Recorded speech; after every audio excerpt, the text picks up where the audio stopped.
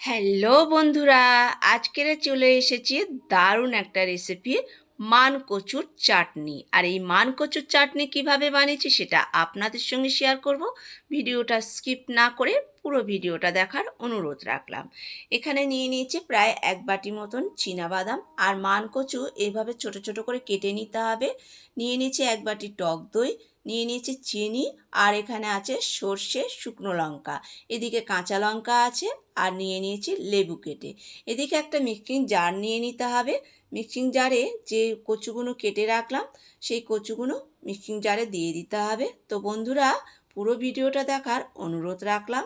এখানে 1 বাটি মতন চীনাবাদাম দিয়ে দিলাম অল্প একটু সর্ষে, দিয়ে দিতে হবে এখানে কাঁচা লঙ্কা, এরপরে দিয়ে দিতে হবে পুরো টক দইটা এখানে দিয়ে দিতে হবে। এখানে কোনো রকম জল ব্যবহার করা যাবে না, টক দই দিয়েই এটা বানানো হবে। আর বেশ কয়েকটা দিয়ে দিলাম গোলমরিচ, এখানে দিয়ে দিতে হবে স্বাদ মতন নুন, আর ছোট্ট চামচে 2 চামচ দিয়ে দিলাম চিনি। এটা টক মিষ্টি হবে, চিনিটা বুঝে দিতে হবে, টকটাও বুঝে দিতে হবে। সব কিছু মিক্সিং জারে দিয়ে দই দিয়ে এইভাবে চামচ দিয়ে একটু মিশিয়ে নিতে হবে, নিয়ে এটা সুন্দর করে বেটে নিতে হবে। তো বাটাটা আমার হয়ে গেছে, এবারে দেখিয়ে দিচ্ছি।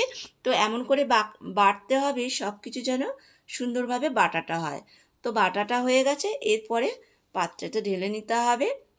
নিয়ে এখানে দিয়ে দেবো পাতিলেবুর রস। তবে এখানে টক দই যদি খুব টক থাকে লেবুর রসটা বুঝে দিতে হবে। আর টক দই যদি টক কম থাকে তাহলে লেবুর রস একটু বেশি লাগবে, না হলে লেবুর রস কম লাগবে। অনেক সময় টক দই 2-3 দিন থাকলে দইটা টক হয়ে যায়, সাজো দই হলে টক কম হয়। তো যাই হোক, দিয়ে দিয়েছি। এদিকে একটা কড়া বসিয়ে দিয়েছি, শুকনো লঙ্কা ফোড়নে দিয়ে দিয়েছি সর্ষে, এটা ভেজে নিতে হবে। এদিকে বাটিতে ওটা ঢেলে নিয়েছি, ভাজাটা সর্ষে হয়ে গেছে। এরপরে তুলে এই বাটাটার মধ্যে দিয়ে দিলাম, দিয়ে ভালো করে চামচ দিয়ে এইভাবে মিশিয়ে নিতে হবে। তবে কেউ চাইলে এখানে কারি পাতাও ব্যবহার করতে পারে। তো আমার সত্যি কথা বলতে কারি পাতা বাড়িতে ছিল না, মনে হয়েছিল, তো আমি আর দিতে পারিনি। এবার ওপর থেকে চিলি ফ্লেক্স ছড়িয়ে দিলাম। চিলি ফ্লেক্সের গন্ধটাও বেশ সুন্দর লাগবে, আর দেখতেও বেশ সুন্দর লাগবে, খেতেও ভালো লাগবে। তো বন্ধুরা, ভিডিওটা যদি ভালো লাগে লাইক কমেন্ট শেয়ার করার অনুরোধ রাখলাম।